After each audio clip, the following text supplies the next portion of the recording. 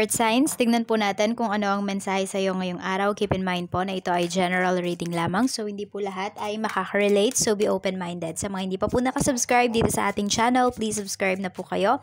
And palike na din po ng ating video. At sa mga nais naman pong mag-avail ng ating private readings, makikita nyo po yung link sa description box below. Tarot Intentions by Aliana Reyes. We have self-love. I'm still trying to heal. Ano yan? Ano ba ang ini-heal ninyo? Earth signs. Ayan, alagaan nyo daw muna yung sarili ninyo. Sabi ni Universe. Tignan natin. So, say no to things na hindi kayo komportable ngayong araw na ito. Tignan natin. And kapag may mga praises naman kayo na nare-receive, compliments, i-accept nyo po yan. Say thank you. Diba? Hindi nyo kailangan, hindi naman ako maganda, hindi naman ako pogi, hindi naman ako ganito, ganyan. So, just say thank you. Tignan natin. Spirit guide. Spirit guide, we have unexpected income. So, mukhang may magbibigay sa inyo ng pera dito. Yung iba po sa inyo, pwedeng meron lang iuutos sa inyo, earth signs, tapos bibigyan kayo ng tip. We have distant horizons. Pamasahe yung nakikita ko dito. Merong sasagot ng pamasahe ninyo. Could be plane ticket.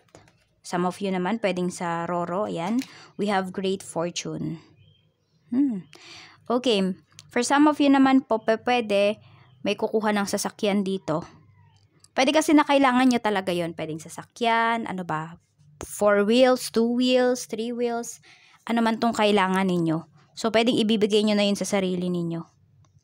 Earth signs. Yan, tignan po natin kung ano pa yung mensahe. We have high honor. So, kung meron kayong pinangakuan dito or merong nangako sa inyo, earth signs, yung tao na yun, tutuparin niya naman yung mga sinasabi niya sa inyo ngayon. Tignan natin. So, meron dito pwedeng galante. Yan, pwedeng may katransak ka ngayon, earth signs na galante. Tignan po natin ano pa ba yung mga pwedeng mangyari sa iyo ngayong araw na ito. Spirit guide, ano pa po ang pwedeng mangyari kay earth signs ngayong araw? Ano pa po ang pwedeng mangyari kay earth signs? Spirit guide. Ano pa po ang pwedeng mangyari kay earth signs? Earth signs, Taurus, Virgo, Capricorn. Tignan natin. Taurus, Virgo, Capricorn. We have the moon. So, may completion tayo dito. Ayan.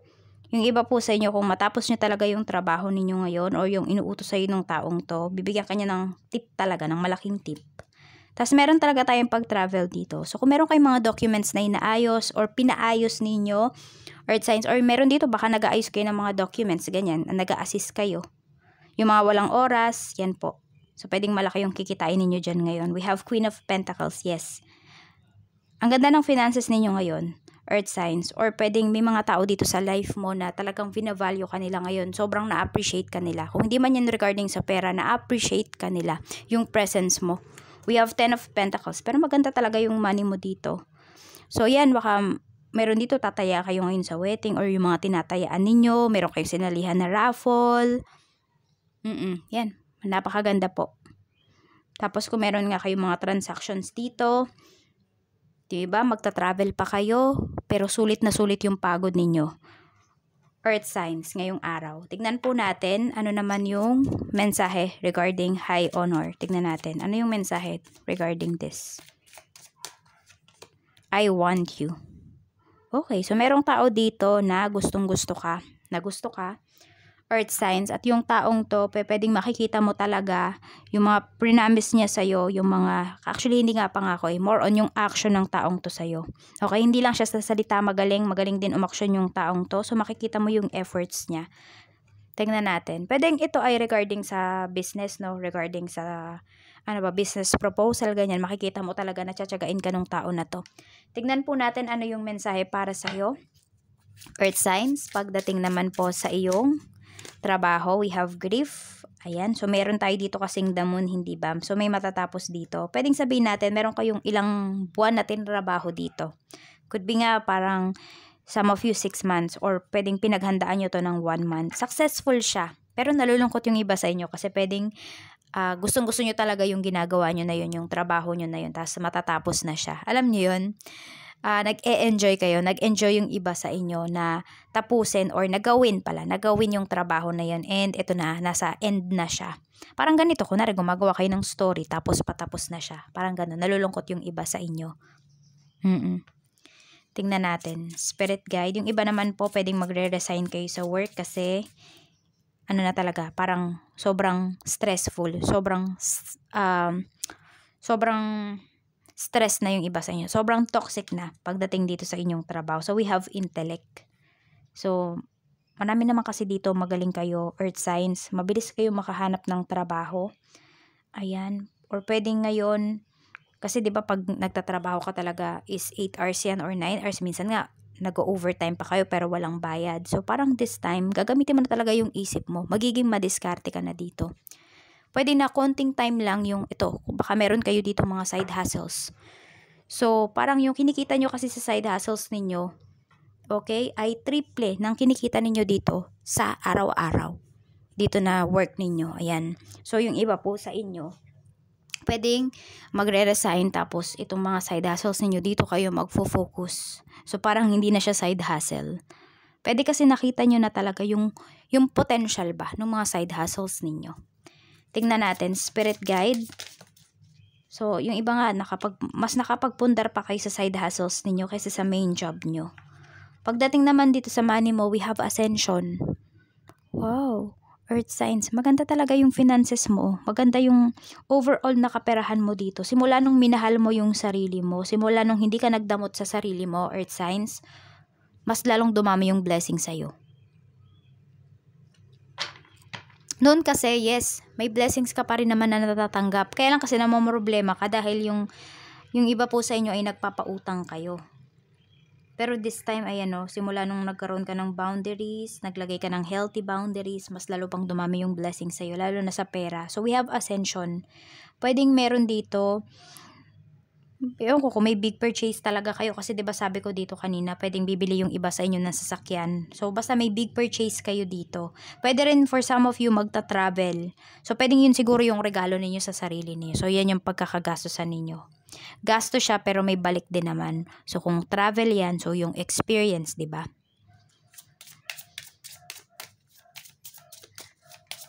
Tignan natin, spirit guide. Pagdating naman po sa spirit guide, pagdating po sa negosyo, we have foresight. So, yung forecast nyo ngayon talaga dito sa inyong negosyo ay maganda. Tapos, kung may mga deliveries kayo, earth signs ngayong araw na to, tansyado nyo talaga yung oras ninyo. So, wala naman ako nakikitang pasaway dito. Kasi, yung mga clients mo ngayon, nire-respeto ka nila at nire-respeto mo din naman sila. Hindi lang yung sila mismo, yung oras din nila. So, yung oras mo, nire-respeto din ng mga kliyente mo, ng mga customers mo dito pagdating sa business mo. Ayan, kaya ang smooth ng transactions ninyo ngayong araw. Yes, earth signs, napaka-smooth niya. Tapos meron pa nga, ayun, baka nga sila yung magbibigay sa'yo ng malaking tip. Tignan po natin, ano pa yung mensahe for you. So, iba sa inyo, magta-travel pa kayo dito. Pwedeng nagde-deliver talaga kayo or kung yung iba po sa inyo ay skills ninyo yung binabayaran dito is, ayan, pwedeng mabibigyan talaga kayo ng malaking tip. We have naman resolve, okay? So, kung meron po kayong mga pinoproblema ngayong araw na ito, ay masusolusyonan yan. Mahahanap ninyo yung solusyon. Some of you, regarding yan sa finances. Okay. Pwede may ma-receive kayo na 1,000 bill or more than that. Ayan. So, parang yun na yung pinakamababa na ma-receive ng iba sa inyo. Tignan natin. Meron din ako nakikita dito, may parang ganito, may box, 'di ba? Kunwari ayan, ito, may box tapos inaabot na ganyan sa inyo. Hindi ko alam kung ano 'yun. Pwedeng alahas din talaga yung ano nun, yung ibibigay sa iyo.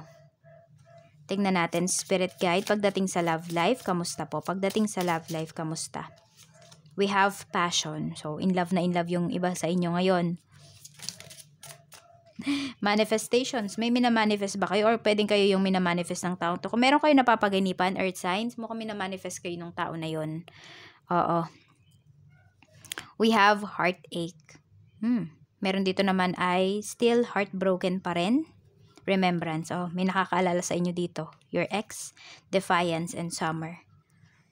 So, mukhang merong tao dito na ipaglalaban kayo in summertime. Merong babalik.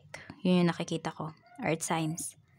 So, number 27, 36, 26, and 25, your lucky number. Tignan natin kung ano yung advice sa'yo.